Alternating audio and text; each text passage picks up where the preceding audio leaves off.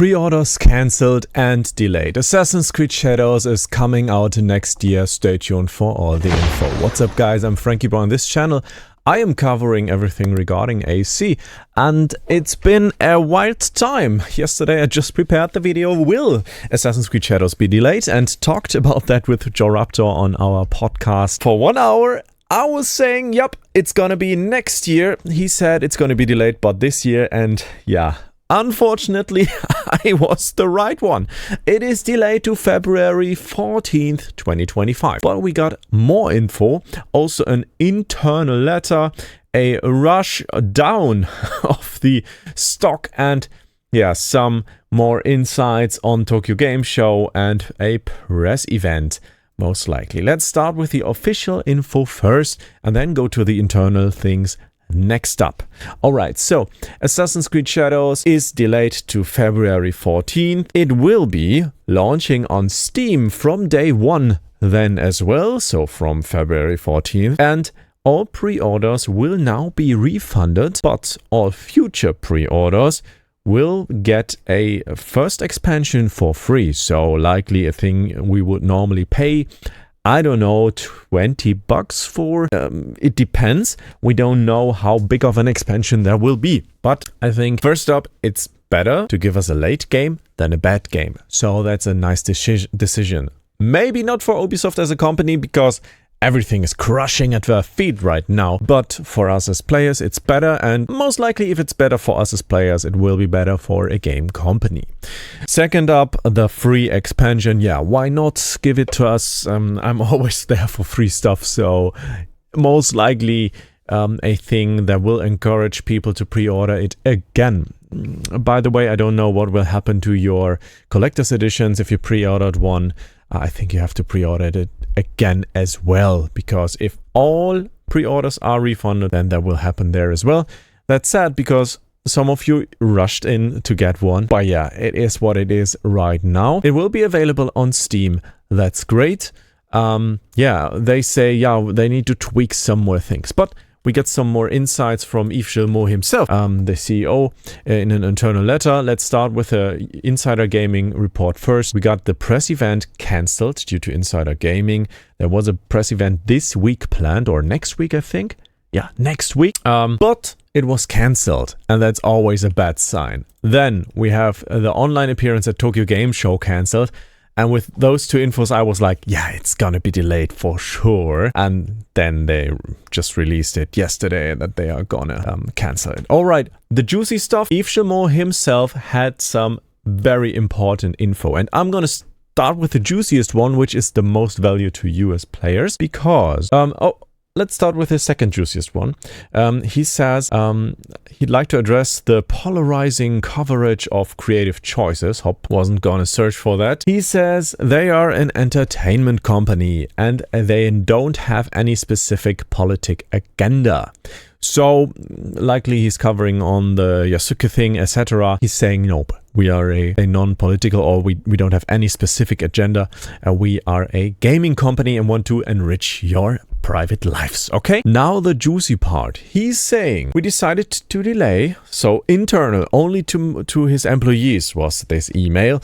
We are delaying AC Shadows to February 14th, 2025. The game is already playable and of high quality and has all the features the team wanted to integrate into the ambitious experience.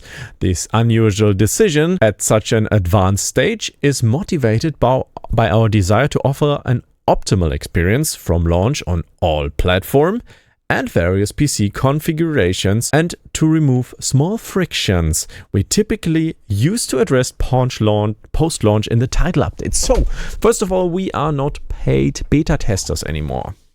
Great. Finally. I mean, it's always a Pareto thing. 80-20, what do you do when and why? People want it now, the game, but they want it in better state. You can't deliver both, so you have to find a mid. That's one thing for sure. I develop a video game myself and I know the problem, I feel it. While you can't really understand it if you're just consuming it as a user, it is a big problem for sure to balance when to bring it out. But yeah, great that we are not paid beta testers anymore. Great thing.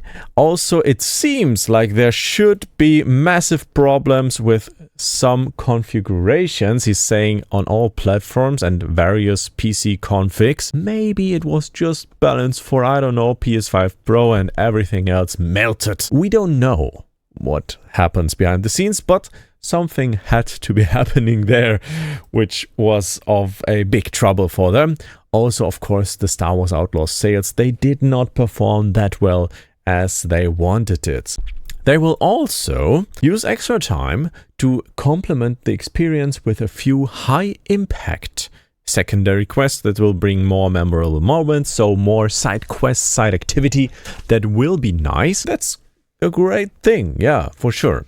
So let's move back to the not so important part. He's saying, yeah, today's market, it's ultra competitive and players experience or want to experience an ultra polished game from day one on.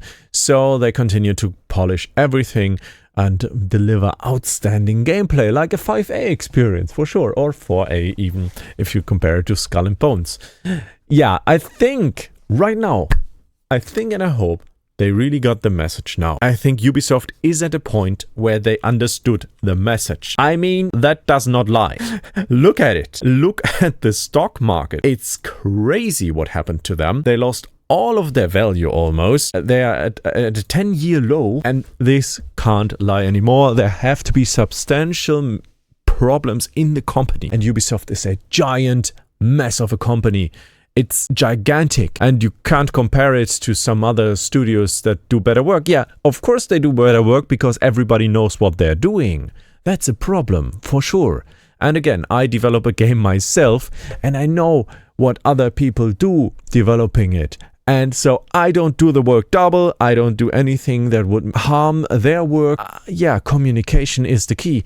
And in the developer update 1, I think it was, from Assassin's Creed Shadows, Ubisoft said like, yeah, we now focus on transferring the knowledge and transferring what others develop to the next game and talk about it like it's something new. Like, yeah, congrats, you got your basic communication up. And if you have thousands of employees in a company, that's a hell of a problem. Knowing what others do, I think that might be the biggest problem for them at all. Communication is so important and so difficult to manage at such a level. Only one person needs to make a mistake and like a whole other team could do double the work or so. Yeah, I mean, he's talking about Star Wars as well, saying, yeah, it has good reviews, and yeah, it has good press reviews. It got review bombed by users, of course, as well, but he's not mentioning that. And he's saying, yeah, they want to improve it, and I believe that. Because I saw Ghost Recon Breakpoint being released in a state where it wasn't that good, but it was patched to awesomeness. Ghost Recon Breakpoint is right now a very high recommendable game, and you can play it now. So that's a good thing. I mean, I trust him when he says, yeah, we're gonna polish Star Wars. He didn't say that about Skull and Bones, so yeah, I think they are just gonna let that run out, because yeah, Skull and Bones is Skull and Bones. But for Star Wars, I think he's really taking into account Black Friday sales, holiday seasons. Maybe people who decided for AC Shadows under the Christmas tree are now going to switch to Star Wars. That's totally possible. Let's see what happens. But yeah, I think Ubisoft has learned their lesson. They have to have learned it. Otherwise, it's over.